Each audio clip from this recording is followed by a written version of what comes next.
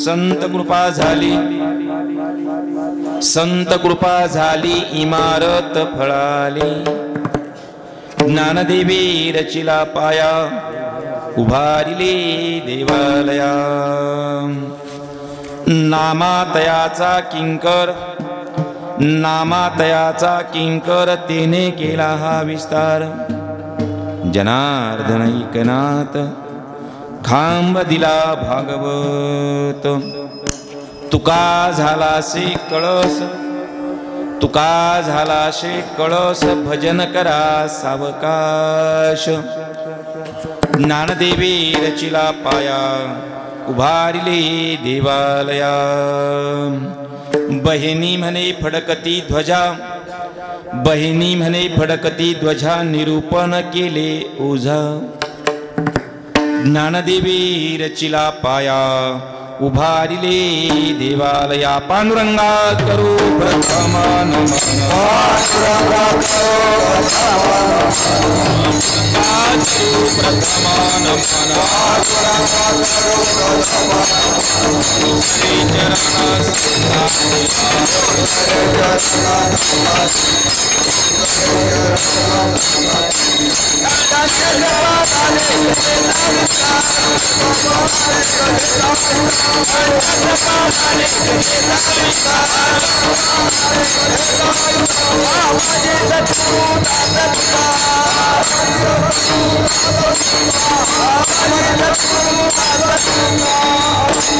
पांडुरंगा करू प्रथम नमन, दुसरे चरण संताच्या त्यांच्या कृपादाने कथेचा विस्तारू. बाबाजी सद्गुरु दास तुकाजयाचे केले स्मरण. होय सकळ विद्येचे अधिकरण, तेची बंधू श्रीचरण सद्गुरुस्ते नमस्कारोनी. आता समचरण सरोजम सांद्र नीलांबुदाभम, जगननिहित पानी मंडनम मंडनाना. तरुण तुलसीमाला कंदरम कंजनेत्रम, सदय धवलहासम विठ्ठलं चिंतयामि. अलंकापुरी रम्य सिंहासनस्थं, पदाम्बुज तेजस्पृथि प्रदेशं. विदिन्द्रादिदेवैः सदा स्तूयमानं, समाधिस्थमूर्तिं भजे ज्ञानदेवं. नमो सद्गुरु तुकया ज्ञानदीपा, नमो सद्गुरु सच्चिदानंद रूपा. नमो सद्गुरु भक्त कल्याण मूर्ति, नमो सद्गुरु भास्करा पूर्ण कीर्ति.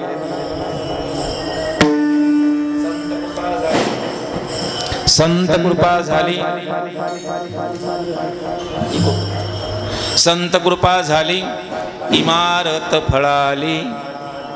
ज्ञानदेवी रचिला पाया, उभारिले देवालया. भूवैकुंठ पंढरपूर या क्षेत्रामध्ये आमच्या ताईसाहेब आदरणीय भागवताचार्य लोखंडेताई यांच्या मार्गदर्शनाखाली, तुम्हा सर्व भाविक भक्तांच्या सहकार्याने गेल्या अनेक वर्षापासून कार्तिकीच्या निमित्तानं सुरू असणारा हा अखंड ज्ञानयज्ञ, आणि या ज्ञानयज्ञामध्ये गेल्या 3-4 वर्षामध्ये ताईसाहेबांच्या कृपेनं, पांडुरंगाच्या कृपेनं आपल्यासमोर सेवा करण्याचा योग, आणि अशा या पवित्र स्थळी पवित्र वेळी कीर्तनरूपी सेवेसाठी निवडलेला अभंग, उच्च विचारवंत, वेदशास्त्र पंडित, व्यवहार चतुर, समाज सुधारक आणि वारकरी संप्रदायाचे कळस असणारे तुकाराम महाराज आणि त्यांच्या पट्टशिष्य असणाऱ्या बहिणाबाई यांचा अभंग आहे. विठ्ठल विठ्ठल.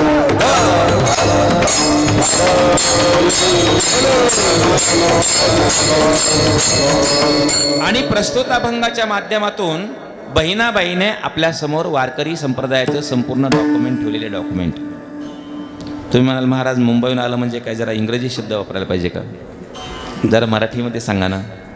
आणि मग मराठीमध्ये सांगायचं झालं तर आजचा अभंग म्हणजे वारकरी संप्रदायाचं दस्तऐवज आहे, दस्तऐवज. आता ते तर अजून अवघड झालं. काही मराठी इंग्रजीपेक्षा अवघड होऊन बसते.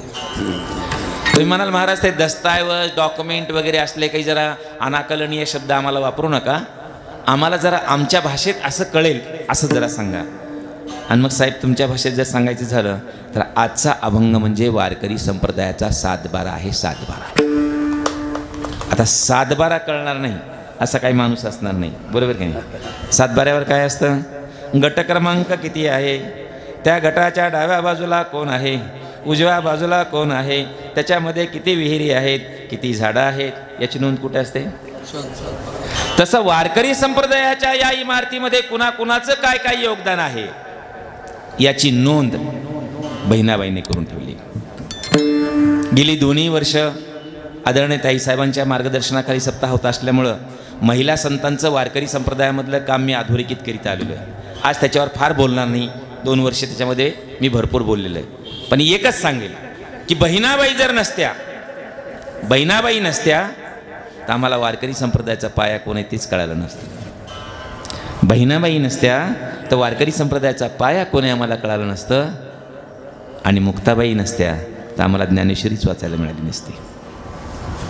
तुम्ही म्हणाल मग बहिणाबाईने अभंग लिहिला म्हणून आम्हाला कळालं की बहिणाबाई नसत्या तर वारकरी संप्रदायाचा पाया कोण, वारकरी संप्रदायाचे खांब कोण, वारकरी संप्रदायाचे विस्तारक कोण, वारकरी संप्रदायाचे कळस कोण, हे आम्हाला बहिणाबाईने अभंग लिहिल्यामुळं कळालं, हे बरोबर आहे.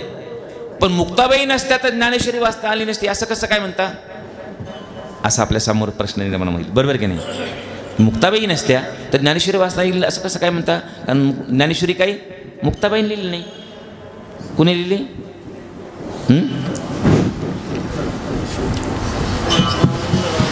ज्ञानेश्वर महाराजांनी सांगितली आणि लिहिली कुणी? बरोबर की नाही. पण मग मुक्ताबाई नसती तर ज्ञानेश्वरी झाली नसती याचं काय कारण आहे? आपल्या सर्वांना माहिती आहे की संन्यासाची मुलं म्हणून या 4 भावंडांना बहिष्कृत करून टाकलं, या कुटुंबाला पूर्णपणे बहिष्कृत करून टाकलं. विठ्ठलपंतांनी अगोदर संन्यास घेतला, संन्यास घेऊन पुन्हा संसारामध्ये आले गुरुच्या आज्ञेवरून, आणि संसारामध्ये आल्यानंतर त्यांना 4 मुलं झाली.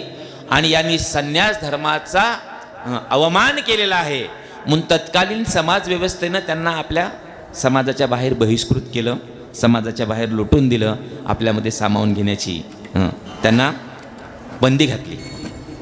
आता जोपर्यंत मुलं लहान होती तोपर्यंत विठ्ठलपंतांना त्याचं तेवढं जाणवलं नाही. पण ज्यावेळेला मुलं गावातल्या मुलांच्या बरोबर खेळायला लागू लागले त्यावेळेला ते त्यांच्या मुलांना मध्ये बोलू लागले, अरे त्यांच्याबरोबर खेळू नका. ज्यावेळेला ही मुलं गावातल्या मुलं शाळेमध्ये जाण्याचा प्रयत्न करू लागले, गावाच्या गुरुकुलामध्ये जाण्याचा प्रयत्न करू लागले, त्यावेळेला त्यांना गुरुकुलाचे दरवाजे बंद करण्यात आले. एवढंही विठ्ठलपंतांनी सहन केलं. पण मोठे चिरंजीव असणारे निवृत्तीनाथ बाबा हे लग्नाच्या वयात येऊ लागले, पण तोपर्यंत त्यांची मुंज झालेली नव्हती.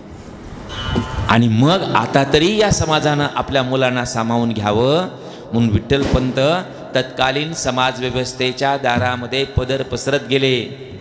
अहो चूक माझी आहे, मी संन्यास धर्म घेतला होता, मला काही शिक्षा द्यायची असेल ती द्या, पण माझ्या लेकरांना समाजामध्ये सामावून घ्या, माझ्या लेकरांना समाजामध्ये सामावून घ्या.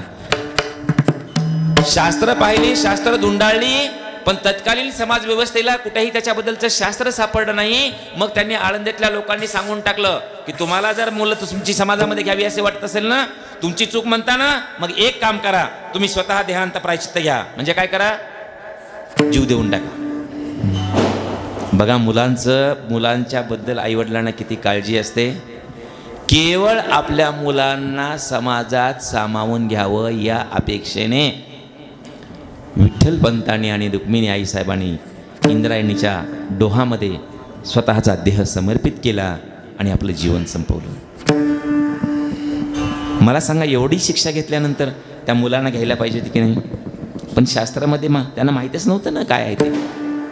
आणि पुन्हा ही मुलं निवृत्तीनाथ बाबांच्या मार्गदर्शनाखाली गावातल्या ब्रह्मबंधाकडे गेली. सांगितलं, आम्हाला आमच्या आईबाबांना तुम्ही सांगितलं देहांत प्रायश्चित्त घ्या, माझ्या बाबाने जग सोडलं, माझ्या आईने जग सोडलं, आम्हाला आता तरी घ्या ना तुमच्यामध्ये.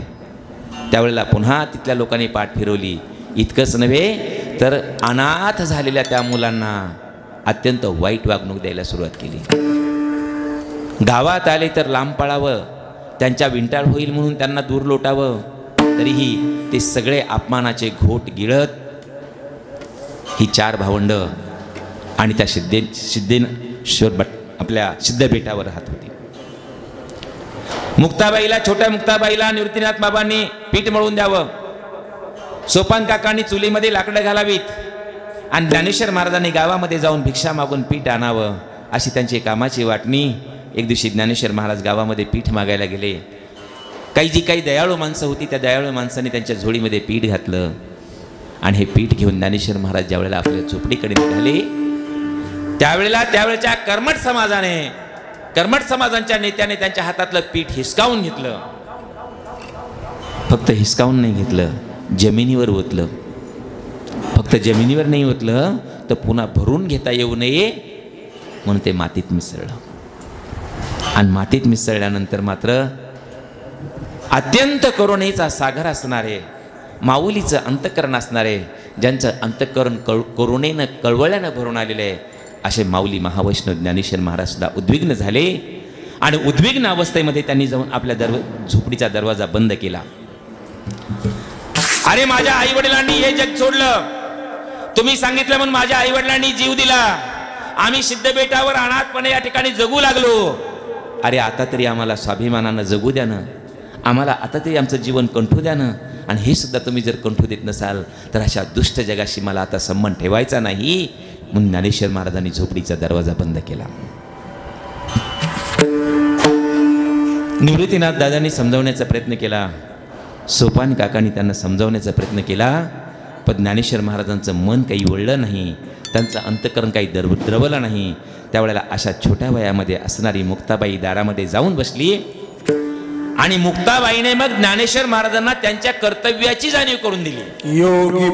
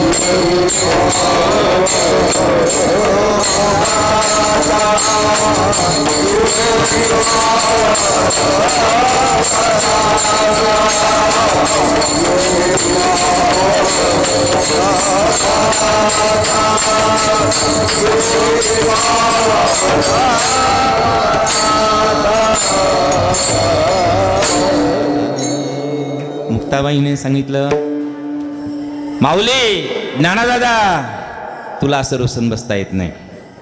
का बसता येणार नाही? कारण तू स्वतःला योगी म्हणून घेतोस, आणि तू जर स्वतःला योगी म्हणून घेत असतील तर योग्यांची काही लक्षणं आहेत. ज्ञानादादांनी मधूनच विचारलं, काय लक्षण आहेत? त्यावेळेला मुक्ताबाई सांगते, दादा योग्याची लक्षणं अशी आहेत की योग्याचं मन हे पावन असलं पाहिजे, योगी पावन मनाचा. मग पावन मनाच्या योग्याने काय केलं पाहिजे? साहे अपराध जनाचा. कसा सहायला पाहिजे? विश्वरागी झाले वनी शांती सुखी संती सुखे व्हावे पाणी. जग हे कितीही रागानं तप्त झालं, आगीसारखं तेजस्वी झालं, आगीसारखं जाळणारं झालं, संती सुखे व्हावे पाणी असा उपदेश केला.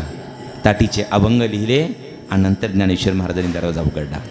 आणि दरवाजा उघडल्यानंतर आता हे आळंदीचे लोक आपल्याला न्याय मिळवू देत नाहीत म्हणून ते पैठणला गेले. आणि पैठणला जाऊन तिथे काय केलं? रेड्यामुखी वेद बोलविला, गर्वद्विजांचा हरविला, शांती रूपे प्रगटला ज्ञानोबा माझा. तिथल्या ब्राह्मणांचा गर्वहरण केला, वित्तांचा गर्वहरण केला. आणि मग आता तुमच्याकडून आम्हाला कोणत्याही शुद्धीची गरज नाही असं म्हणून परत निघाले. आणि नेवाशाच्या ठिकाणी येऊन गीतेवर भाष्य करणारी ज्ञानेश्वरी लिहिली. जर मुक्ताबाईनं समजावलं नसतं तर ज्ञानेश्वर बाहेर आले नसते. आणि ज्ञानेश्वर माऊली बाहेर आले नसते तर आपल्याला ज्ञानेश्वरी वाचायला मिळाली नसती. म्हणून आम्हाला बहिणाबाई नसती तर वारकरी संप्रदायाचा पाया कोण कळलं नसतं. आणि मुक्ताई नसती तर आम्हाला ज्ञानेश्वरी वाचायला मिळाली नसती. हे वारकरी संप्रदायामधलं लागलं की गडबड. आणि म्हणून अशा एका महिलेने वारकरी संप्रदायाचं हे संपूर्ण डॉक्युमेंट म्हणजे दस्तऐवज म्हणजे सातबारा आपल्या समोर ठेवला आहे की या इमारतीमध्ये कुणाकुणाचं काय काय योगदान आहे. आणि 700 वर्ष झाली कशाला? या इमारतीला. आणि 700 वर्ष या इमारतीमध्ये सर्व जातीचे, सर्व धर्माचे, सर्व पंथाचे, सर्व प्रांताचे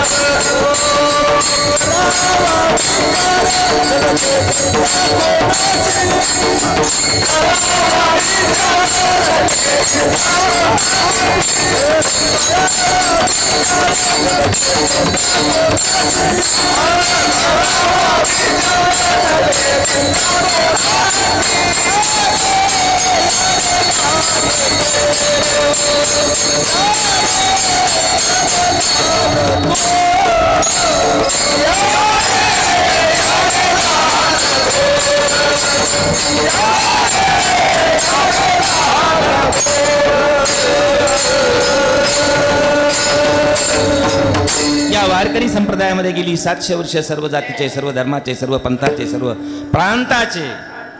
आणि पुढचं वाक्य आहे का? सर्व पक्षाचे सुद्धा. तिकडे भांडतील किती, कुठं निवडणूक आली की. पण वारीमध्ये आल्यानंतर मात्र आपले ते पक्षीय भेद बाजूला ठेवतात. आणि मग काँग्रेसचा माणूस शिवसेनेच्या माणसाबरोबर फुगडी खेळतो आणि शिवसेनेचा माणूस राष्ट्रवादीच्या माणसाबरोबर फुगडी खेळतो. का? कारण वारकरी संप्रदायामध्ये आलं की आपले सगळे भेद विसरून जावे लागतात. पक्षाचे आहे किंबहुना वारकरी संप्रदाय सर्व पंथाचा सुद्धा आहे. आता एक एक विचार पाहू. मगाशीच आमच्या ताईसाहेबांनी भागवतामध्ये सांगितलं, काय सांगितलं? की आमच्या भाऊनी, कोणत्या भाऊनी? मला घ्या म्हणून सांगितलं. ते मला घ्या असं कोणत्या भाऊनी सांगितलं? मला कीर्तन या महाराजांचं कीर्तन घ्या. हां, तर त्यांनी सांगितलं की या मागे बसलेलं असलं, मला चेहरा दिसला नाही मगाशी, मेहुणे तर ते म्हणले की त्या महाराजाचं कीर्तन घ्या. मग मला आता पक्क पटलंय की ताईसाहेबाच्या मनात नसलं तरी पुढच्या वर्षी भाऊ म्हणले की घ्यावंच लागते. आणि त्या भाऊंचं जरा कमी पडलं तर हे भाऊ आहेत. आणि मग मी विचार केला की या वारकरी संप्रदायाचं संपूर्ण जी ओळख आहे ती आपल्यासमोर मांडली पाहिजे. आणि म्हणून मी राजाभाऊ महाराज, आज मी फक्त अभंगामध्ये प्रवेश करणार आहे, पहिलं चरण सुद्धा होणार नाही. कारण तुम्ही आता मला माहिती आहे की आता त्यांनी सांगितलं म्हणजे पुढच्या वर्षी बोलावंच लागते. म्हणजे आज आपण या वारकरी संप्रदायाचा एक टप्पा समजून घेण्याचा प्रयत्न करणार. आज काय समजून घेणार आहोत की हा वारकरी संप्रदाय हा सर्व जातीचा, सर्व धर्माचा, सर्व पंथाचा आणि फक्त पुरुषांचा नाही. भलते याती नारी आणि मग नर. वारकरी संप्रदायामध्ये महाराज बघा ना, एकही अभंग असं नाही की आधी पुरुष प्रधान शब्द आलाय आणि मग स्त्री प्रधान शब्द आलाय, असं नाही. आधी तुम्ही संत माय कुळी कन्या, म्हणजे असा हा वारकरी संप्रदायाने महिलांचा म्हणजे आदर केलेला आहे. आणि म्हणून या वारकरी संप्रदायामध्ये सर्व जातीचे, आता जातीपासून आपण की सर्व जातीचे संत होऊन गेले. आता हे काय सांगायला पाहिजे का, आमचे महाजन महाराज आहे तिथे या वारकरी संप्रदायामध्ये सर्व जातीचे संत होऊन गेले. आणि कीर्तनात आपलं सांगूनी पत्रकार असला तरी मग पुन्हा सांगितलं पाहिजे, संतांनी जे लिहून ठेवलेलं ते सांगितलं पाहिजे. आणि मग या वारकरी संप्रदायामध्ये कोणत्या संताबरोबर भगवंताने काय काम केलं हे तुकाराम महाराजांनी लिहून ठेवलं. आणि त्या कामावरून ते संत कुठल्या जातीचे होते आपल्या लक्षात येते. उंच नीच काही नेने भगवंत तिष्ठी भाव भक्त देखोनिया. आणि मग या अभंगाच्या तिसऱ्या चरणामध्ये पहिला संत आहे, कोण आहे, चर्मरंगू लागे रोहिदासा संगे कबीराच्या मागे शेलेवी. तिसऱ्या चरणामधला पहिला संत तर अजून भारी आहे. काय संत आहे, सज्जन कसाया विकू लागे मास. म्हणजे आमच्या वारकरी संप्रदायामध्ये कसायाला सुद्धा बंदी नाही. बरोबर की नाही. कालच मी विदर्भामध्ये गेलतो. विदर्भामध्ये म्हणजे परवा विदर्भामध्ये वर्ध्यापासून 50 किलोमीटर पलीकड मध्य प्रदेशच्या बॉर्डरवर, आणि तिथून रात्रभर आणि दिवसभर प्रवास करून धुळ्याला गुजरातच्या बॉर्डरवर, आणि तिथून रात्रभर आणि दुपारपर्यंत प्रवास करून इथपर्यंत आलो. तर तिथं नदीकाठी संपूर्ण कोळी समाजाची वस्ती आहे. आणि ते सगळे मासे विकतात. आणि मासे विकत असले तरी त्या सगळ्या महिलांच्या कपाळावर ठसठशीत बुक्का, गळ्यामध्ये तुळशीची माळ. आणि म्हणले आम्ही दिवसभर महाराज मासे विकतो पण आम्ही खात नाही. म्हणजे आपला व्यवसाय जरी काही असला तरी तुमचं अंतःकरण शुद्ध असलं की वारकरी संप्रदाय त्यांना सामावून घेतो. बरोबर की नाही. म्हणून सज्जन कसाया विकू लागे मास माळ्या सावत्यास खुरकू लागे. आता याच्यामधले शब्द पण राजाभाऊ महाराज बघा, याच्यामध्ये असं नाही म्हटलं की नरहरी सोनाराचे भगवंत दागिने मोडून देत होता, असं म्हटलं का. चोखा माळ्याचे भगवंत डोरे उडीत होता, सावता माळ्याचं शेत खुरपीत होता, असं नाही म्हटलं. काय म्हटलं मग, खुरपू लागे, उडू लागे, घडू लागे. म्हणजे काय, आता ही लागे प्रक्रिया कधी असते, तुम्ही जर स्वतः काही काम करीत असाल तर दुसरा माणूस येऊन तुम्हाला मदत करू लागतो. म्हणजे तुम्ही तुमचं काम करीत असाल तर मग भगवंत तुमच्या बरोबर आहे. ताईसाहेब, वारकरी संप्रदायाच्या अगोदर अशी भक्ती परंपरा होती. कदाचित गेल्या वर्षी माझ्या तोंडून तसं वाक्य निघूनही गेलं असेल. वारकरी संप्रदायाच्या अगोदर अशी भक्ती परंपरा होती की कामधंदा सोडायचा आणि तपश्चर्येला जायचं, कामधंदा सोडायचा आणि तीर्थाला जायचं, कामधंदा सोडायचा आणि महिना 2 महिने यज्ञ करत बसायचं. अशी भक्ती परंपरा वारकरी संप्रदायाच्या अगोदर होती. पण वारकरी संप्रदायाने तर सांगितलं तुम्हाला तुमचं काम सोडायची गरज नाही, उलट तुम्ही जर तुमचं काम करत असाल तर भगवंत तुमच्या बरोबर आहे.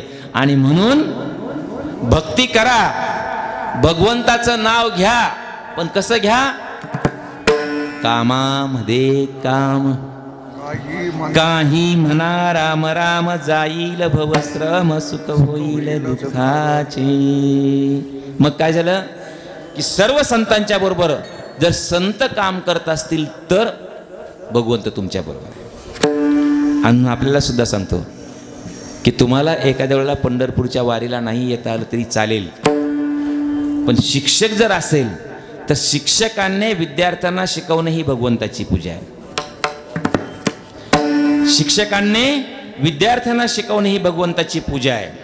शेतकऱ्यांना शेती करणं ही भगवंताची पूजा आहे. आणि पुढचं वाक्य आहे का, डॉक्टराने योग्य दरात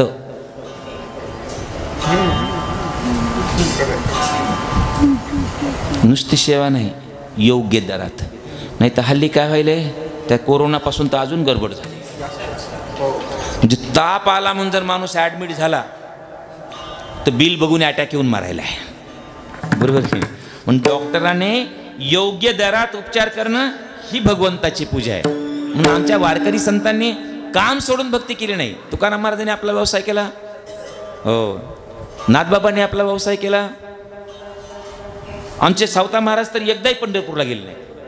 खरं तर आपलं गाव पंढरपूरपासून 200-250 किलोमीटर आहे, बरोबर की नाही.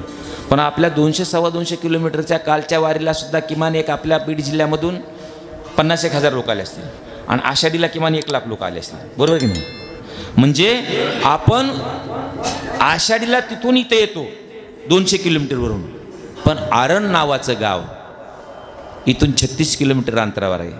आणि 36 किलोमीटर अंतरावर असताना सुद्धा आमचे सावता महाराज एकदाही पंढरपूरला आले नाहीत. आणि ते आले नाहीत म्हणून हे तिकडे गेलं. पुन्हा कोण, देव.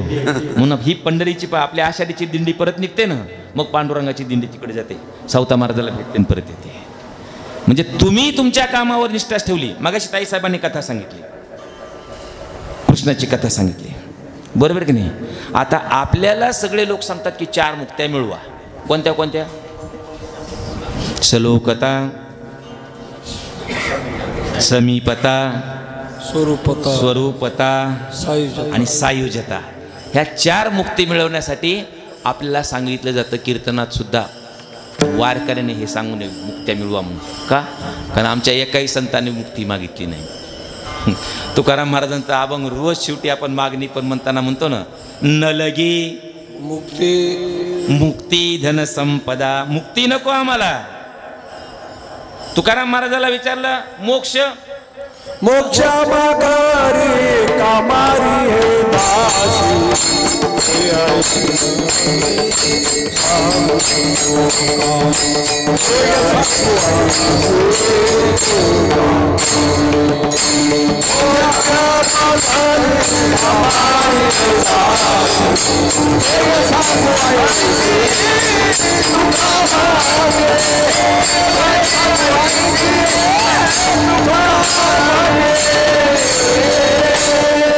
मोक्ष नको म्हणले, मुक्ती नको म्हणाले.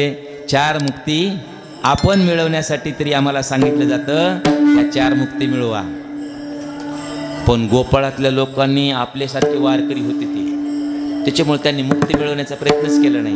मग त्या उद्धवाला मगाशी तुम्ही सांगितलं, गर्व झालं, या येड्या गोपाळांच्या बरोबर मी काय विद्वान असणारा माणूस जाऊन त्यांना बोलणार वगैरे, आणि माझी विद्वत्ता त्यांना काय कळणार वगैरे वगैरे, असं त्या उद्धवा. आणि म्हणून उद्धवाला जरा गर्व झाला. तो कसा हरण केला मगाशी ताई साहेबांनी सांगितलं, त्याच्यामध्ये मी गुंतून पडणार नाही. पण आपली भक्ती ही आपलं काम करीत करीत भगवंतावर असली पाहिजे. आणि ती नेकीने केली की आपल्याला भगवंताकडे जायची गरज नाही. मग त्या 4 मुक्त्या मिळवायला भगवंत खाली येतो. कोणत्या? सलोकता. गोकुळामधल्या गोपाळांनी या मुक्त्या मिळवण्यासाठी प्रयत्न केले नाही. शेवटी आपलं नीटेनं काम करता राहिले, भगवंतावर भक्ती ठेवली. आणि मग त्या 4 मुक्त्या मिळवण्यासाठी भगवंत गोकुळामध्ये आला. पहिली मुक्ती कुठली आहे? सलोकता. सलोकता म्हणजे काय? की ज्या लोकांमध्ये देव राहतो, इतकं पुण्य करायचं की ज्या लोकांमध्ये देव राहतो त्या लोकांमध्ये आपल्याला जायला मिळालं पाहिजे, असं आपल्याला सांगितलं जातं. पण गोकुळातल्या लोकांनी ते नाही केलं. मग भगवंताला वाटलं आपण सलोकता मुक्ती मिळवली पाहिजे. आणि म्हणून भगवंत ज्या लोकांमध्ये भक्त राहत होते त्या गोकुळामध्ये आला. पहिली मुक्ती द्वारकी आपल्या मथुरेमध्ये जन्म झाल्यानंतर गोकुळामध्ये आला, सलोकता मुक्ती मिळवली. सलोकता मुक्ती मिळवल्यानंतर भगवंत मोठे होऊ लागले आणि रांगत रांगत बाहेर आले आणि समोर गोपाळ आले. गोपाळांच्या जवळ गेले. मुक्ती क्रमांक 2 कुठली? समीपता. चोऱ्या बिऱ्या केल्या गावात, सगळी गुजगुज उठली. यशोदामाईकडे तक्रारी येऊ लागल्या. शेवटी यशोदामाईने सांगितलं, कृष्णा आता तू गावात राहायचं नाही. आणि मग त्या गोकुळाच्या समीप गेलेल्या भगवंताला पुन्हा हातामध्ये काठी, खांद्यावरी कांबळी, अशा प्रकारचं गोपाळाचं रूपच धारण करावं लागलं. खांद्यावर काठी आहे, हातामध्ये काठी आहे, खांद्यावर घोंगडी आहे, कांबळी आहे आणि गायी राखायला भगवंत गेला. गोपाळांचं स्वरूप त्याला प्राप्त झालं, स्वरूपता मुक्तीची प्राप्ती झाली. म्हणजे गोपाळासारखा झाला तो. आणि शेवटी गोपाळच झाला ना. बोलो गोपाळ कृष्ण भगवान. आणि मग आपण भगवंताच्याकडे जाण्याची आपण धडपड करायची गरज नाही.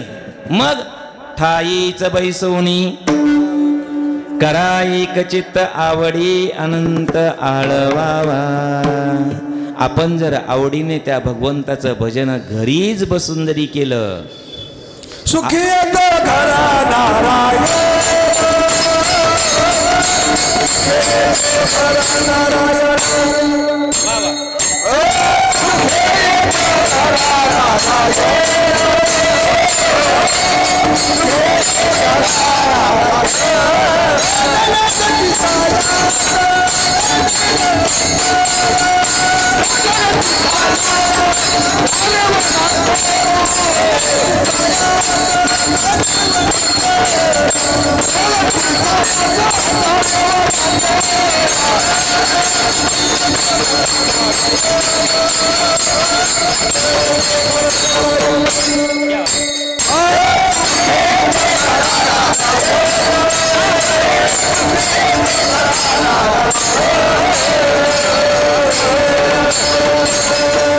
आपल्याला आपलं काम करायला सांगितलं, आपण आपलं काम करायला लागलो आणि भगवंताचं भजन केलं तर सुखे येतो घरा नारायण. भजन मात्र केलं पाहिजे. का?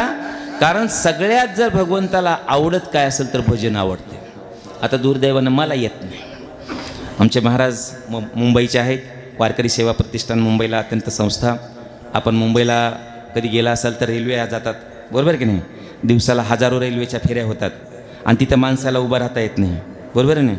असं ढकलाढकली करून कसं तरी उभं राहावं लागतं महाराज. आणि तसल्या रेल्वेमध्ये हे भजन करीत जातात रोज. आणि एकटे नाही, असे मुंबईमध्ये 300 मंडळ आहेत. ठराविक गाडी, ठराविक डबा. त्या गाडी लागायच्या अगोदर हे सगळे येऊन 5-25 लोक एकत्र राहतात आणि ती एकत्र येतात आणि ते सगळे एकत्र येऊन त्याच डब्यामध्ये, जाताना तेच डबा, येताना तेच डबा, माणसं तेच, कामं वेगळे असतील, जात वेगळी असेल, धर्म वेगळा असेल, कर्तव्य वेगळं असेल, कुणी अधिकारी असेल, कुणी शिपाई असेल, पण जाताना भजन म्हणत जातात आणि येताना भजन म्हणत येतात.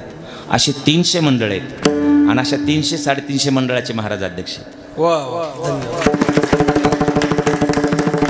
आपल्याला मंदिरामध्ये स्पीकर लावून दिला तरी भजनाच्या दिवशी, एकादशी दिवशी जावं का कसं गो, जरा कटाळा झाला झाला सोयाबीन काढून, म्हणून आपण कधी कधी कटाळा करतो. पण दिवसभर कामावर उभी असणारी माणसं 2-2.5 तासाचा उभ्यानं प्रवास करतात आणि भजन म्हणतात. आमचे हरिभक्तपरायण सावंत महाराज, आमचे महाराज, आमचे महाजन महाराज ही सगळी रेल्वेमध्ये. आणि तिथे त्यांनी वारकरी सेवा प्रतिष्ठान नावाची संस्था स्थापन केली की वारीला आल्यानंतर आपल्या माणसांना इथे तिथे उभं राहावं लागू नये, त्यांना काहीतरी आसरा मिळाला पाहिजे. म्हणून आमच्या तावरे महाराजांच्या, सावंत महाराजांच्या अत्यंत प्रयत्नाने त्या ठिकाणी इथे जागा असली पाहिजे असा प्रयत्न केला. त्यासाठी वारकरी सेवा प्रतिष्ठान स्थापन केलं. पलीकडे आपल्याकडे 7 गुंठे जागा घेतली आणि ज्याला काही करता येत नाही अशा मला त्याचा अध्यक्ष केलं. म्हणजे केलं सगळं यांनी, अध्यक्ष मात्र मला त्यांनी करून टाकलं. आणि अशा त्या संस्थेचे अध्यक्ष आहेत. अत्यंत गायनाचं, भजनाचं खूप आनंद. आणि ह्या भजनाचा आनंद असला की, हे भजन असलं की भगवंत सांगतो, नका पाहू कोठी करा हरी कथा, तेथे अवचिता सापडेल मी तो वैकुंठी नसे. एक वेळ भानुबिंबी ही न दिसे, वरी योगियांची मानसे उमरडोनी जाय. आणि म्हणून खरं तर भगवंताचं ठिकाण काही हे नाही. भगवंताचं ठिकाण कुठलं आहे? जिथे कीर्तनाचे जागा,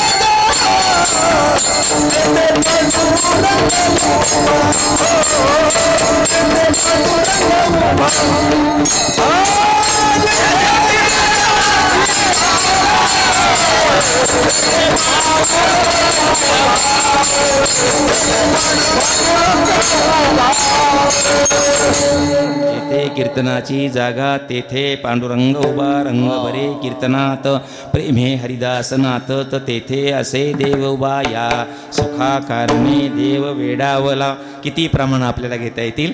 असं भगवंताला फक्त भजनाची आवड आहे आणि म्हणून आपण आपलं काम करत करत भजन केलं पाहिजे. म्हणून सावता महाराज एकदाही इकडे पंढरपूरला आले नाहीत. आणि एकदा तर असं झालं, आषाढीची वारी निघाली, सावता महाराज आपल्या मळ्यामध्ये पाणी द्यायलेले आहेत आणि त्या मळ्याच्या जवळून एक दिंडी चालली होती. आता दिंडीमधले माणसं आपल्याला सगळ्याला माहिती आहेत, आपण बी दिंडीमध्ये जात आहोत, बरोबर की नाही. दिंडीमधले माणसं सगळेच एका उद्देशाने आलेले नसतात, आलेले असतात गावातले सगळे तऱ्हेचे माणसं आहेत, पण उद्देश सगळ्याच एक असतो का? नाही. आमचे राजाभाऊ महाराज जर दिंडीमध्ये आले, आमचे तावरे महाराज जर दिंडीमध्ये आले तर कशाला येणार?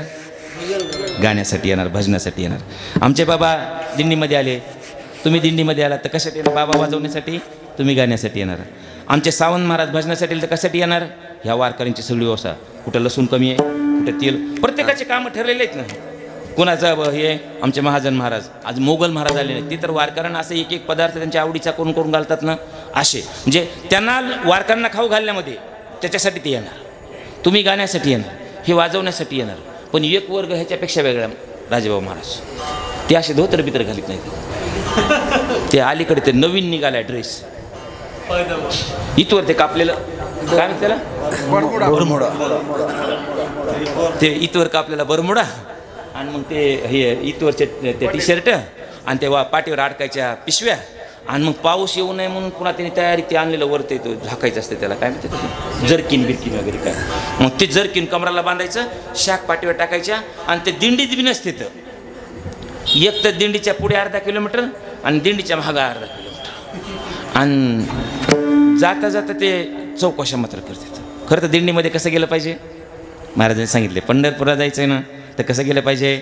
गात जागा, गात जागा आणि आमदार की मागा विठ्ठला, बंगला मागा विठ्ठला. नाही, एकच देव आहे असा. दुसरीकडे काही जाऊन आपण 500ची कानगी टाकतो, 10,000चं मागतो, पण ह्या देवाकडे मात्र मागायचं नाही. काय मागायचंय? प्रेम मागा विठ्ठला. आणि प्रेम देणारा तो देव असल्यामुळं त्याच्याकडे मागणी करायची ते प्रेमाचीच केली पाहिजे. आणि त्याला सुद्धा त्याचाच दुष्काळ आहे, थोर प्रेमाचा म्हणून आम्हाला सगळं म्हणतात, महाराज ते तुम्ही पंढरी शेजारी आल्याने संसारा, पंढरी शेजारी आल्याने संसारा म्हणता, दिनाचा सोयरा पांडुरंग तिकडे जायला सांगता. तुम्ही जायला सांगता लोकांना, बरोबर आहे, पण तुम्ही एवढ्या आवडीनं जात असाल तर त्याला तुमच्याबद्दल काही आवड आहे का? मग आम्ही सांगतो तुकाराम, वाट पाहे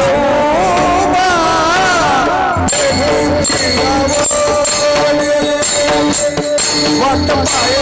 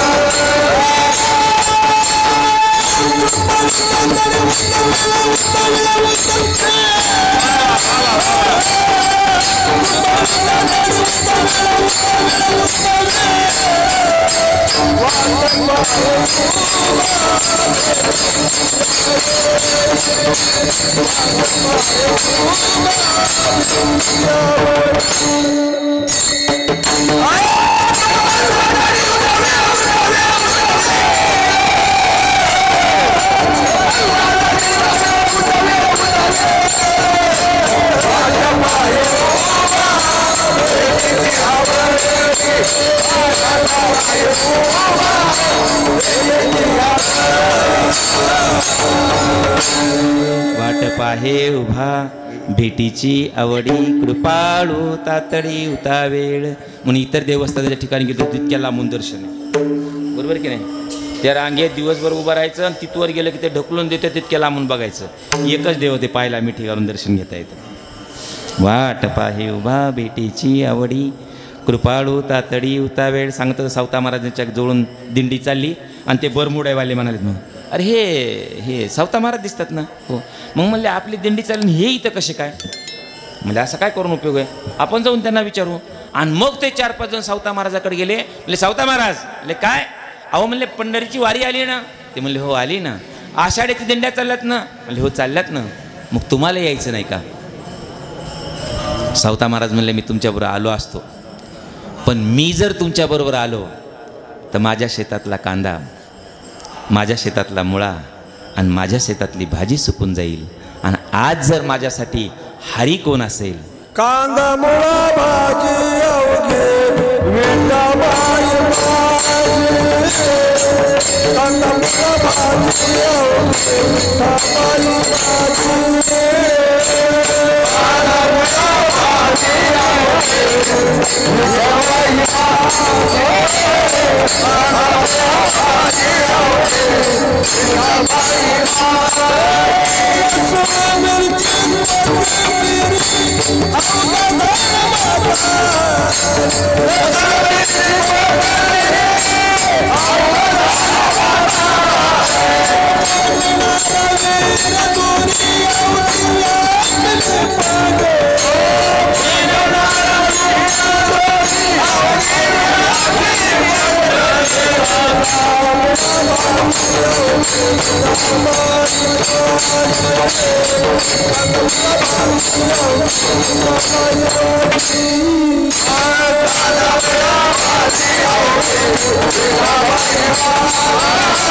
कांदा मुळा भाजी अवघे विंदाबाई म्हणजे वारकरी संप्रदायाच्या आमच्या संतांनी आम्हाला आमच्या कर्तव्याकडे घेऊन जाण्याचं काम केलं.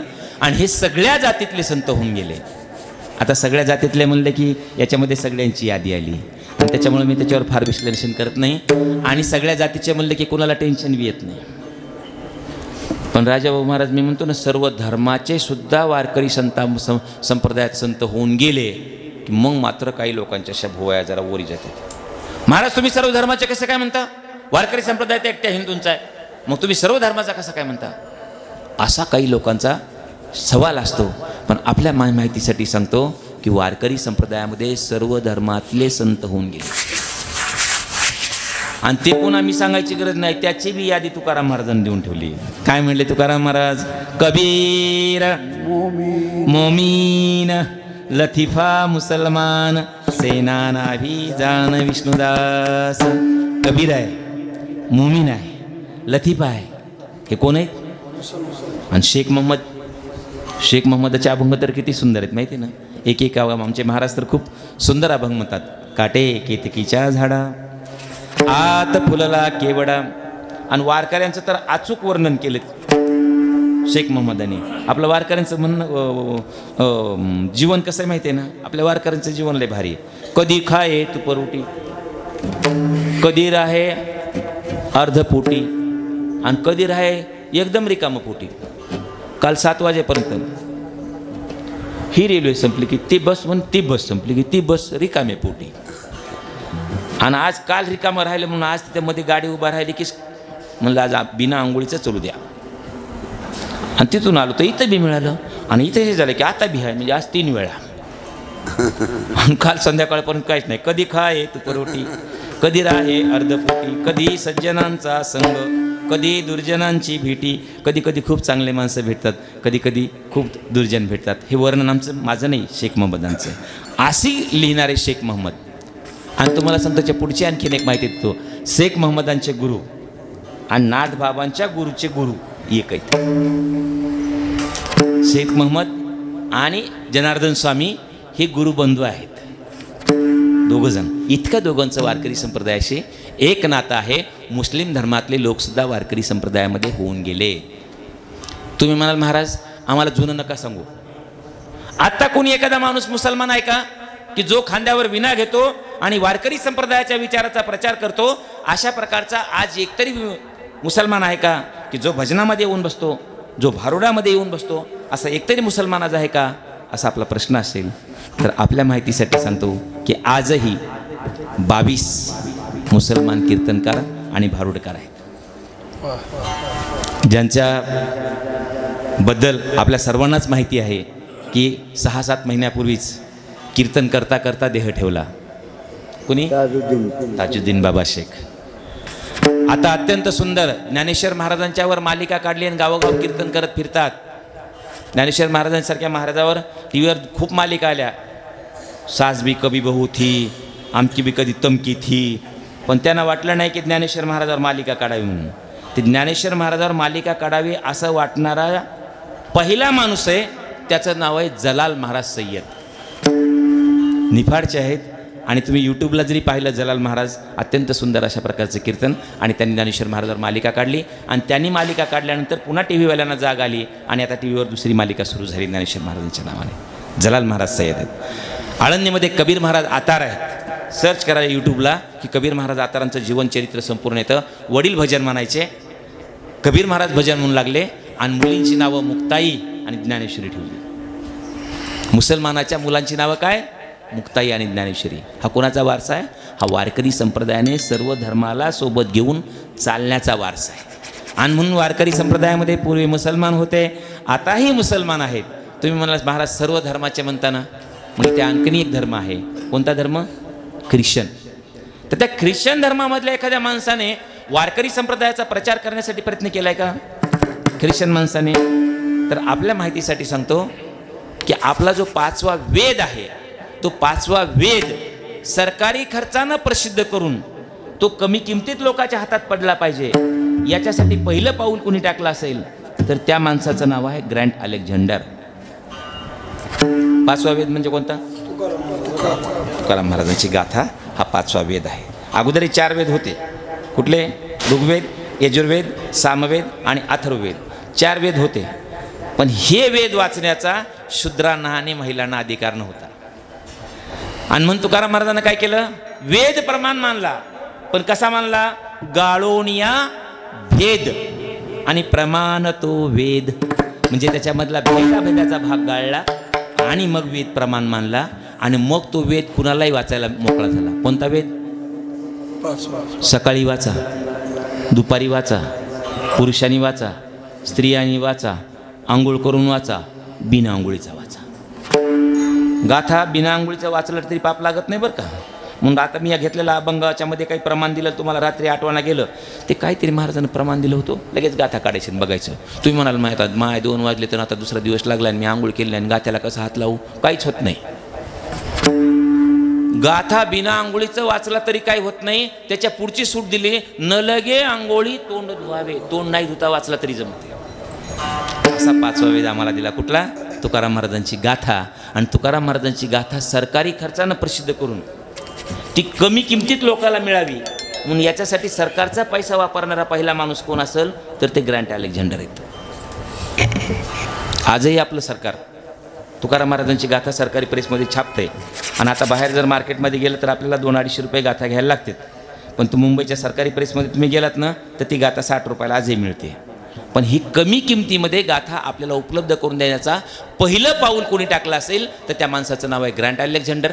कोण आहे ते ग्रँट अलेक्झांडर?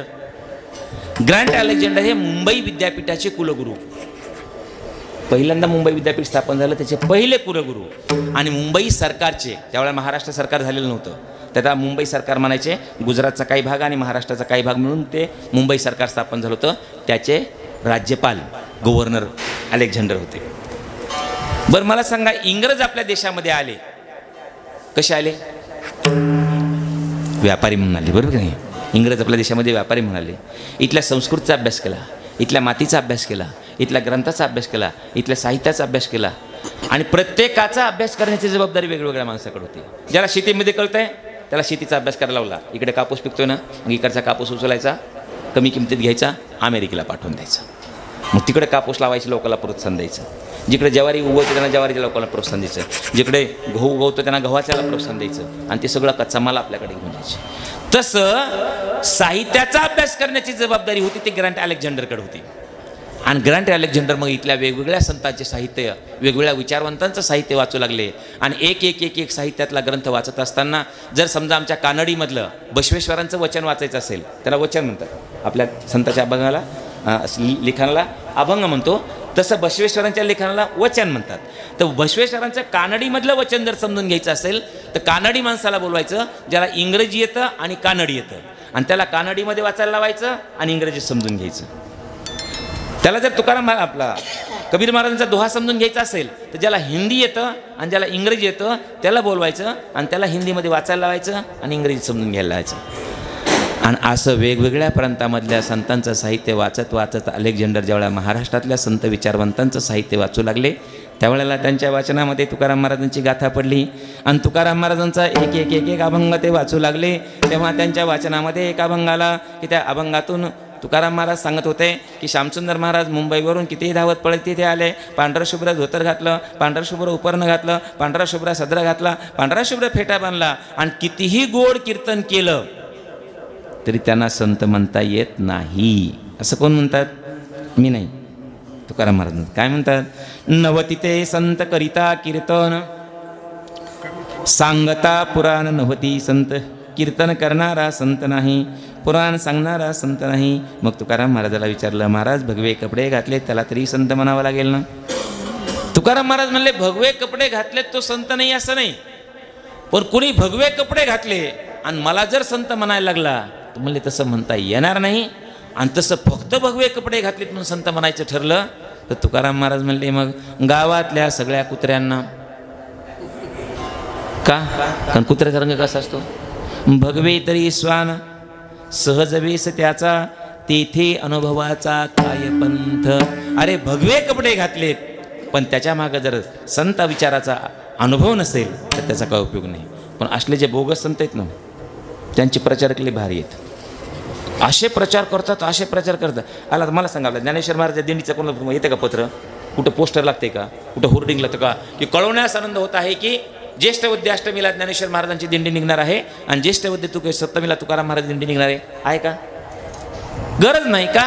कारण तो विचारच सोन्यासारखा असल्यामुळं वाऱ्या हाती माप चाले सज्जनाचे कीर्ती मुख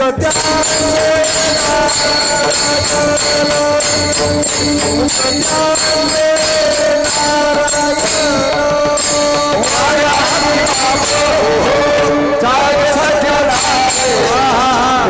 हाती चाले सज्जनाचे कीर्ती मुख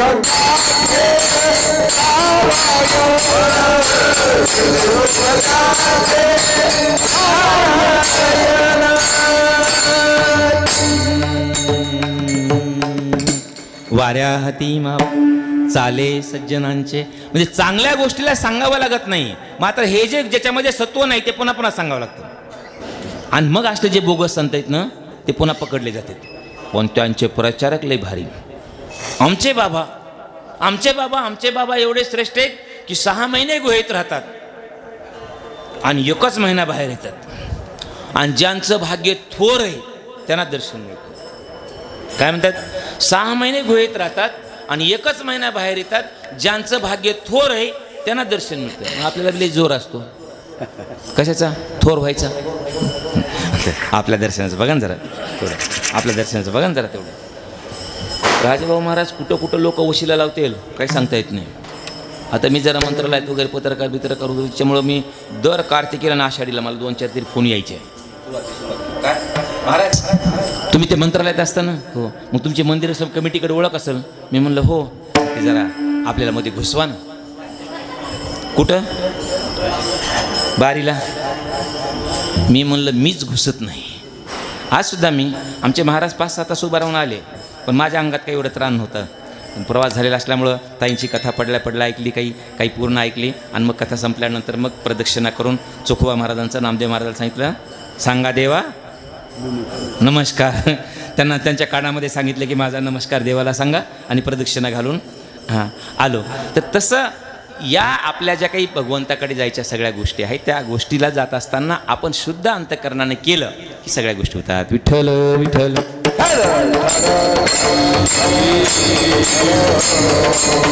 परंतु हे बोगस जे संत असतात, बोगस संत, आमचे बाबा एवढे श्रेष्ठ आहेत की 6 महिने गुहेत राहतात आणि 1च महिना बाहेर येतात. मग आपली एवढी उत्सुकता वाढते की आपल्यावर बाबाचं दर्शन घेतलं पाहिजे. आणि मग आपण बाबाचं दर्शन घ्यायला त्यांना सांगतो की आपल्या दर्शनाचं जरा बघा ना. असं म्हणतो छे आमच्या बाबाकडे असं चालत नाही. ज्याचं भाग्य थोर त्याला दर्शन मिळणार आणि मग आपण पक्के त्यांच्या कह्यात गेलोय असं कळलं की मग हळूच म्हणते तो आता काय करायचंय, तुम्ही बी जवळचे आणि बाबा बी जवळचे, आता मी तुमच्यासाठी काहीतरी करतो. काय म्हणतात, मी तुमच्यासाठी काहीतरी करतो पण तुम्ही बाबासाठी काहीतरी करा. म्हणजे काय करा, 2-4 लाख रुपये बाबाच्या मठासाठी द्या. तुकाराम महाराजाला विचारलं, महाराज त्यांचे बाबा 4 लाख रुपये देऊन दर्शन देतो म्हणतायत, तर घेऊ का दर्शन? तुकाराम महाराज म्हणले 4 लाख रुपये देऊन दर्शन घेण्यावर त्याचं मोठेपण काय? ते म्हणले ते 6 महिने गुहेत राहतात. तुकाराम महाराज हसलेले म्हणले, अरे 6 महिने गुहेत राहतात म्हणून जर 4 लाख रुपये देऊन दर्शन घ्यायचं असलं तर त्याच्यापेक्षा म्हणले उंदराचं घेणं, ते 12 महिने बिळात राहते आणि दर्शन फुकट, कशाला घाली तू तिकडे 4 लाख रुपये? असे तुकाराम महाराज. शेवटी मग तुकाराम महाराजाला विचारलं, महाराज श्यामसुंदर महाराज एवढं चांगलं कीर्तन करतात तुम्ही संत म्हणत नाही, भगवे कपडे घालतात त्यांना तुम्ही संत म्हणत नाही, गुहेत राहतात त्याला तुम्ही संत म्हणत नाही, त्याला साधू म्हणत नाही, मग या जगात साधू नाहीच का? या देगात देवत्व नाहीच का? आणि मग आपल्या प्रत्येकाच्या जिभेवर असणारा तो अभंग की जे तुकाराम महाराजांनी साधुत्वाची व्याख्या केलेली आहे.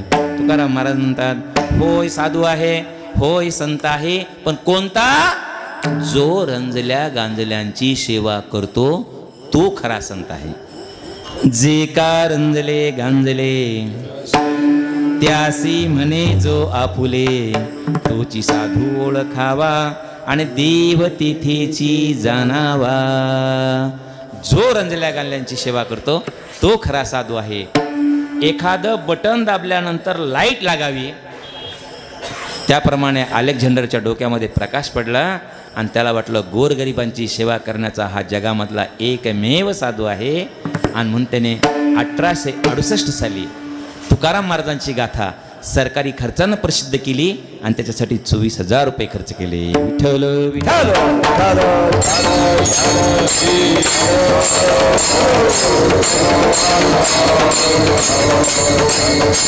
म्हणून वारकरी संप्रदाय का जातीचा नाही, वारकरी संप्रदाय एका धर्माचा नाही. आणि माझं पुढचं वाक्य आहे, वारकरी संप्रदाय एका पंथाचा नाही. एकंदर वारकरी संप्रदायाचं जे संत पंचायतन आहे ना, 5 संताला आपण संत पंचायतन म्हणतो. नामदेव महाराज, ज्ञानेश्वर महाराज, तुकाराम महाराज, एकनाथ महाराज आणि निळोबा राय. किंवा काही जण नामदेव महाराज, ज्ञानेश्वर महाराज, तुकाराम महाराज, एकनाथ महाराज आणि कबीर महाराज या 5 संतांना संत पंचायतन असं म्हटलं जातं. पण या 5 संतांचा पंथ सुद्धा एक नाही. मग ह्या 5 संतांचे पंथ सुद्धा वेगळे वेगळे. ज्ञानेश्वर महाराजांचा पंथ कुठला आहे? गहेनी प्रसादे निवृत्ती दातार ज्ञानदेवासार चोजविले. ज्ञानेश्वर महाराजांचा पंथ नाथ संप्रदाय. तुकाराम महाराजांचा पंथ कुठला आहे? चैतन्य संप्रदाय. एकनाथ महाराजांचा पंथ कुठला आहे? दत्त संप्रदाय. आणि कबीर महाराजांचा स्वतंत्र कबीर संप्रदाय. पण हे वेगवेगळ्या पंथाचे जरी लोक असले तरी त्यांनी आपल्या पंथाच्या भूमिका बाजूला ठेवल्या. मेळविले मांदी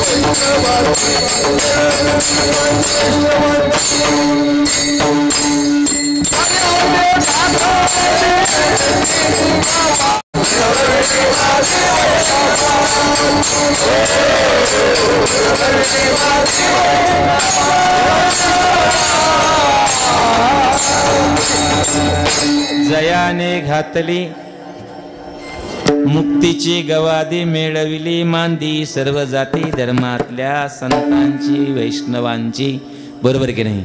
सर्वांना या ठिकाणी बोलावलं, सर्व वेगवेगळ्या पंथातले लोक सुद्धा. नाहीतर पूर्वी आपल्याच हिंदू धर्मामधल्या 2 पंथामध्ये मारामाऱ्या व्हायच्या. आता जसं हिंदू मुसलमान दंगली होतात ना, आता जसं दलित सवर्ण दंगली होतात ना, तशा हिंदू धर्मामधल्याच भक्ती संप्रदायामधल्याच 2 पंथामध्ये दंगली होत होत्या. कोणत्या? शैव आणि वैष्णव. शैव म्हणायचे आम्ही श्रेष्ठ आहेत आणि वैष्णव म्हणायचे आम्ही श्रेष्ठ आहेत. बरं, पूजा बिजेचं पद्धत सारखीच. शैवही गंध लावायचे आणि वैष्णव गंध लावायचे आणि त्याच जागेवर लावायचे. शैव गंध कुठे लावायचे? कपाळालाच लावायचे. पण शैव कसे लावायचे? आडवा पट्टा लावायचे. वैष्णव उभा पट्टा. आता आपल्याकडे पुन्हा इथं काही जागा आहेत, इथं एक गंध लावतो. आपण कसा लावतो? असं वर करतो. ते आपण इकडे पुन्हा इथे छातीवर या ठिकाणी भगवंताचा वास असतो म्हणून इथे असं, ते असं, म्हणजे जागा त्याच, फक्त आडवं का उभं. अहो एवढी कट्टरता होती म्हणजे एवढी कट्टरता होती, जुने कीर्तनकार सांगतात की एक शैवांची मुलगी वैष्णवांच्या घरामध्ये दिली. लग्न बिग्न झालं, असं काही ते लग्न कोरोनामधलं नव्हतं किंवा गेटकिन बी नव्हतं. आता लग्न भारी होऊ लागले आणि चांगलं आहे ते. कोरोनानं तर एवढे गोरगरीब आईबाप वाचविले. नंतर तर कोरोना गेलेच बी लोक म्हणू लागले आणि नाही ते माणसं जमलेलं बघा बरोबर नाही, घ्या की 50,000 रुपये जास्त मिटवा. पण काय बापाला वाटतंय, म्हणजे कुणाच्या नवरदेवाच्या बापाला नाही माझ्या पोराचं लग्न मंगल कार्याला असं मोठ्या पाहुण्या रावळ्याला वगैरे झालं पाहिजे. मग हे म्हणायचे कशाला वगैरे जाता ते खर्चामध्ये पाडताय आणि घ्या 50,000 तुम्ही जास्त, तुम्हीच लेकराला काहीतरी करा, असं करायचे. पण ते लग्न, पूर्वीचे लग्न तसे नव्हते. पूर्वीचे लग्न म्हणजे 5 दिवसाची हळद, 6व्या दिवशी लग्न, 7व्या दिवशी वरात, 8व्या दिवशी देवाला पाय पडायला आणि 9व्या दिवशी काकून सुटायचं. बरं, पदार्थ काय आहे आताच्यासारखे नव्हते ते. आताचे ते काही ठिकाणी ते पदार्थ मोजायचे, अशी लाईन लावलेली. पूर्वी पदार्थ काय, माझ्या लग्नाचं सांगतो, माझंही लग्न राजाभाऊ महाराज 5 दिवस हळद होती. 5 दिवस हळद, 6व्या दिवशी लग्न आणि 7व्या दिवशी वरात, 8व्या दिवशी देवाला पाया पडायचं, 9व्या दिवशी काकून सुटायचं, 10व्या दिवशी सत्यनारायण. 10 दिवस नवरदेव असा फिरायचा जसा इंद्राचा बाप चाललाय. इकडं मन तिकडं फाट, ती मुळवट भरायली, ती इकडं अमुक मुळवट भरायली, ती तिकडून हे काहीतरी धरायला 2-4 पोरं पुढे, 2-4 पोरं मागोगा. त्या 10 दिवसात जेवढा आनंद मिळायचा तेवढा त्याला जन्मभर पुरायचा. बरं, काही पदार्थ असे मोठे नव्हते. माझ्या लग्नात, बहुतेक सगळ्या लग्नामध्ये फार एखाद्या श्रीमंताचं लग्न असेल त्याच्यामध्ये नुकती असायची, बरोबर की. बुंदी आपल्याकडे म्हणतात ते, शिराचा असं. हां, शिरा आणि भात आणि कढी बी चिचा मिळाला, त्या चिचाचं पाणी, ते ह्याचं पानं उकळायचे. पण प्रेम नाही, त्याला टाकलंय ना अजून टाका, त्यांना एक हे टाका, त्यांना एक डबल टाका शिऱ्याचा आणि मला एक टाका, त्याने घेतलं तर मी घेतलं, असं एकूण एकाला हे करायचे. आता पदार्थ खूप झाले महाराज, पण प्रेमाचा पत्ता नाही. आता लग्नही भारी झाले. सकाळी हळद, दुपारी लग्न, संध्याकाळी वरात आणि दुसऱ्या दिवशी बायकोला घेऊन तिसऱ्या घरात. आपल्याकडे बरं आहे अजून 6-7 महिने तरी लेकरं बाळ राहतात आईबापाबरोबर. मुंबईला तर काय नाही, एकुलता एक पोरगा असला ते लग्न व्हायच्या अगोदरच ते जमवायचं. ताईने सांगितलं ते श्रीकृष्णाने काही रुक्मिणी मातेला सुरू केलं ना पत्र लिहायचं. आता तर पत्र लिहायची गरज नाही, मोबाईलवरचे कुणाकाला सुरू होते. आणि परस्पर मग ते लग्नाच्या आधीच 2 जण मिळून घर घेतात आणि घर घेतलेच घरी सांगतात आम्ही जरा लग्न करायला आहो, तुम्ही आम्हाला आशीर्वाद द्या. आणि घरचे जर वळवळ करणारे असे वाटलं, हे काही परवानगी देणार वाटलं की डायरेक्टच लग्न करून येतं, आम्ही लग्न करून आलात, बरोबर नाही. म्हणजे असं पूर्वी 4-5 दिवसाचं लग्न आणि सगळा तो सोहळा असायचा. आता अशा प्रकारचे गेटकीन लग्न झालेले आहेत. विठ्ठल विठ्ठल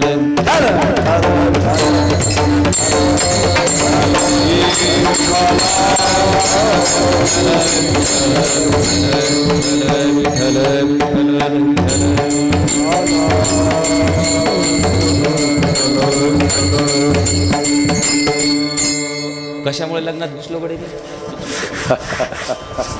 लग्नात कुठून गेलो मी मधीच?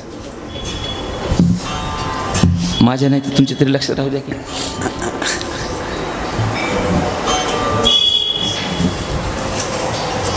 लग्नातच हां लक्षातच नाही आपल्या सगळ्यांचं. लग्नातच आपण एवढं गुंग झालो की ते सगळं पत्र बित्र वगैरे आणि त्याच्यामुळे मी लग्नात कशाला तिकडे घुसलो माझ्याही कळना काही. शैव आणि वैष्णव शैव आणि वैष्णव शैवाच्या घरातले. धन्यवाद महाराजांसाठी जरा टाळ्या. ही लग्नाची गोष्ट अशी हो माणूस लग्नात गेलं की इकडचं सगळं विसरून जाते. गुंग झाले सगळे. शैवाची मुलगी वैष्णवांच्या घरामध्ये दिली. तिसऱ्या चौथ्या दिवशी काकण सुटल्यानंतर घराच्या कामाला लागली. आणि पूर्वीच्या काळामध्ये काही ते उज्ज्वला आलं नव्हतं.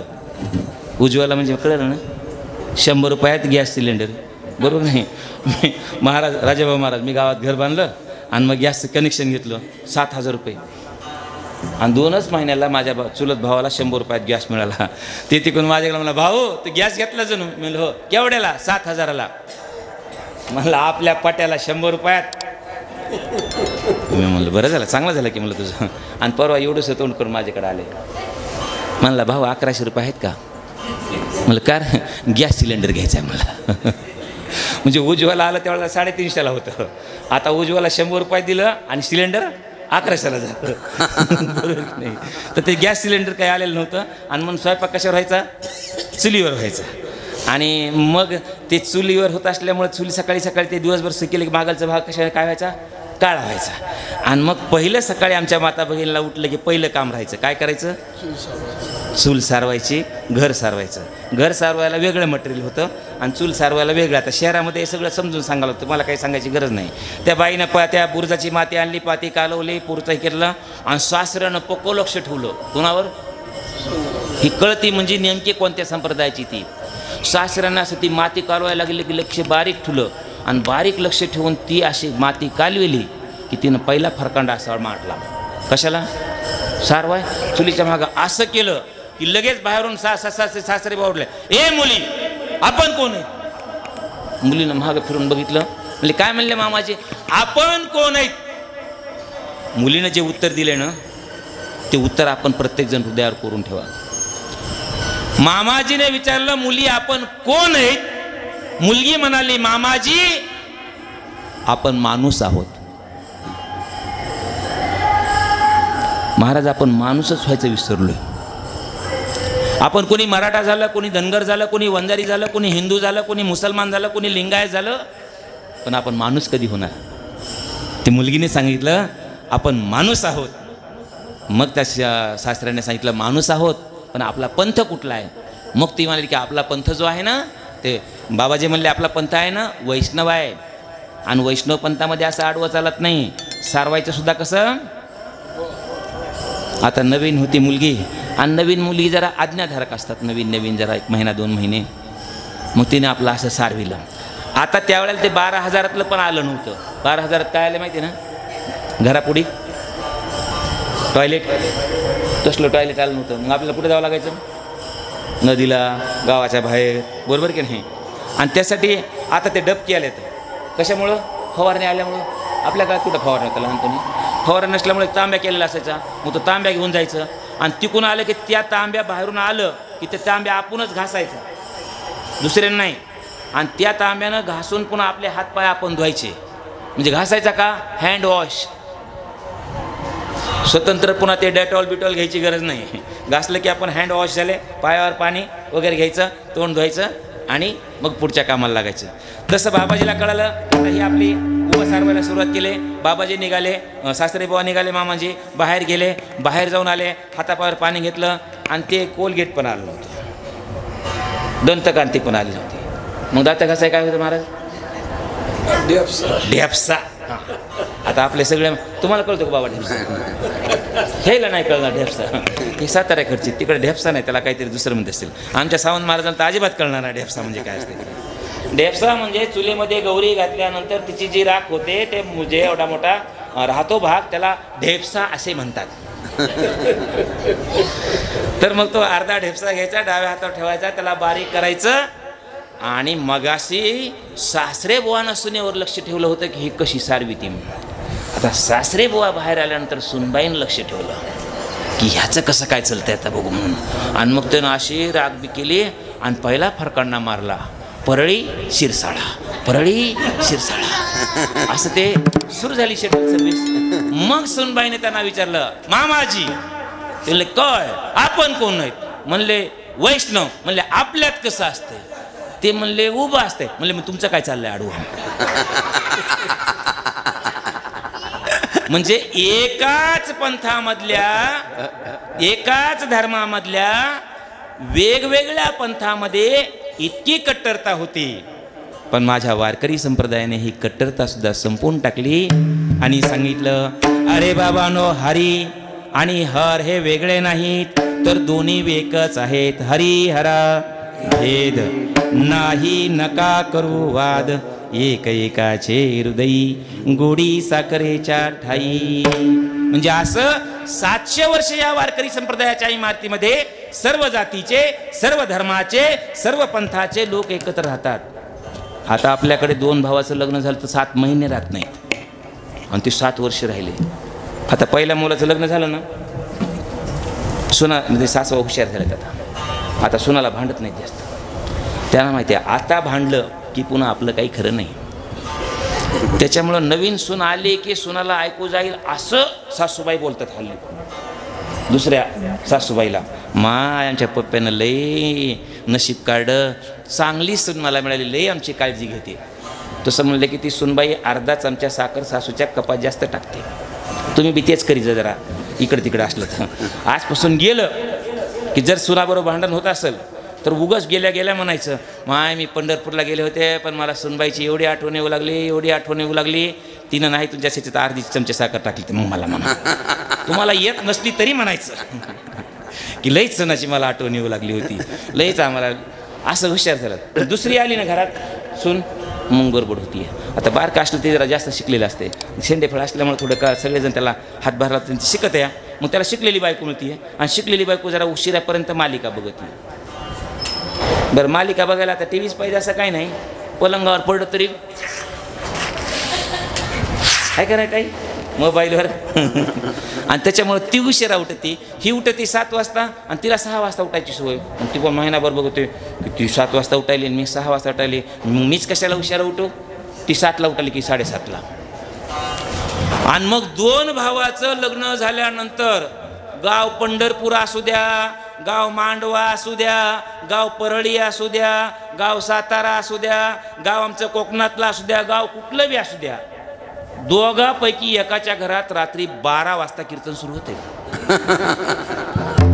दिवसा 7 वाजता असं होत नाही, 9 वाजता, रात्री 11, 11:30 वाजता कीर्तन सुरू होते. आणि गाव कोणतं बी असू द्या, त्या कीर्तनाला एकच अभंग असते, तुम्हा सांगते वेगळं निघा आणि वेगळं निघून संसार बघा.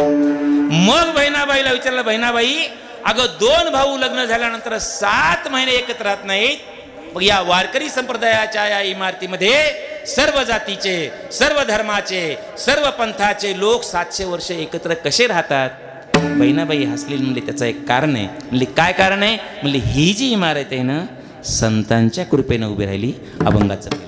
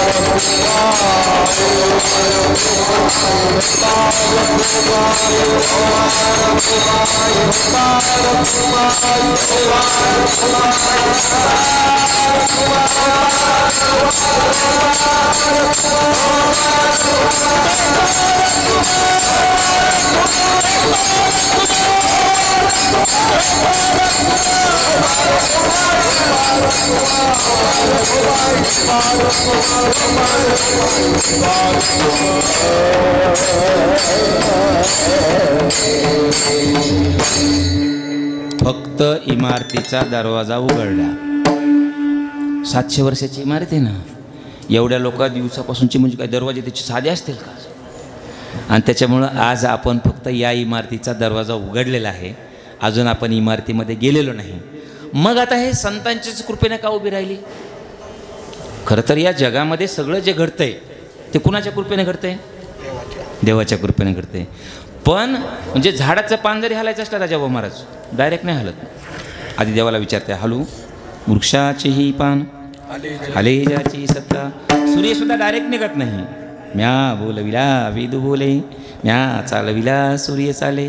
मग हे सगळं जर देवाच्या कृपेनं होतंय, ह्या सगळ्याचं श्रेय जर देवाला आहे, पण वारकरी संप्रदायाच्या इमारतीचं श्रेय मात्र देवाला देत नाही बहिणाबाई, ती संतांना देते. आणि मग ती संतांनाच का देते? आणि संतांनी ही इमारत उभी केल्यामुळे त्याचे फायदे काय काय झालेत हे आपण पुढच्या वर्षी ताईसाहेब नक्कीच बोलवतील. आता काही त्याच्यामध्ये शंका राहिलेली नाही. पुढच्या वर्षी आपण आठवण करा, शक्यतो मीच माझं लक्षात ठेवील आणि पुन्हा पुढच्या वर्षी पहिल्या अभंगाचं पहिल्या चरणाचं आपण चिंतन करू. अत्यंत तुम्ही शांत चित्ताने ऐकून घेतलं म्हणजे माझं एक एक वाक्य पारिजातकाचा सडा पडावा आणि त्या सड्यामधलं प्रत्येक फूल अलगदपणे हातामध्ये झेलून घ्यावं. तितक्या प्रेमानं, तितक्या स्नेहानं, तितक्या जिव्हाळ्यानं आपण माझं हे ऐकलं. आमचे तावरे महाराज मुंबईहून आलेले आहेत. महाराजांनी खरं तर चाल सुरू केली होती, पण तुम्ही उदार अंतःकरणाने बाबाजींना पुन्हा म्हणायला सांगितलं, त्याबद्दल तुम्हाला लाख लाख धन्यवाद देतो. आमच्या महाराजांची इथंच भेट होते, ताईसाहेबांची इथंच भेट होते, जवळ एका राहत असतानासुद्धा. पण इतका प्रेमाचा सगळा कुटुंब मेळा ताईसाहेब तुम्ही जमवून ठेवला आहे, खूप अवघड आहे, पण तुम्ही हे सगळं जमवून आणता. हा पांडुरंगाचा सोहळा असाच तुमच्या 100 वर्षापर्यंत चालू राहावा. तुमच्या वयाच्या 100व्या वर्षी मलाही कीर्तन करायला मिळावं आणि आपण सगळ्यांनी काट्या टेकीत का असेना आपल्याला इथं येता यावं. भगवान पांडुरंग परमात्मानी एवढी आपल्या सर्वावर कृपा करावी. जे काही चांगलं बोललो असेल ते माझे गुरुवर हरिभक्तपरायण, की ज्यांचं उद्या आपल्याकडे या ठिकाणी कीर्तन आहे, ते केशवजी महाराज उकळीकर यांनी जे काही माझ्यावर संस्कार केले त्या संस्काराचा भाग समजावा. आणि त्यांनी संस्कार केले असल्यामुळं येडंवाकडं काय गेलेलं नसेल, त्याच्यामुळे ती माझ्या पदरात टाका असं मी म्हणणार नाही. नाही तर आपल्या पदरात मग आहे ना काय, जे चांगलं असेल ते घरी घेऊन जा, जे वाईट असेल ते इथे टाकून द्या. लोकांनी ह्या वाक्याचा खूपच अर्थ वेगळा घातला आहे. जे चांगलं असेल ते आपल्या घरी घेऊन जा. चांगले चकले लोक घरी घेऊन झाले, तुटके चकले इथे टाकून देऊ राहिले. त्याच्यामुळं केशव महाराजांनी मला शिकवलेलं असल्यामुळं जे सांगितलेलं आहे ते चांगलंच असणार आहे आणि त्याच्यामुळे ते तुम्ही जपून ठेवा आणि आपल्या जीवनामध्ये बदल करण्याचा प्रयत्न करा. एवढं जरी केलं तरी माझं आज कीर्तन सार्थक झालं समजेल. ज्ञानेश्वर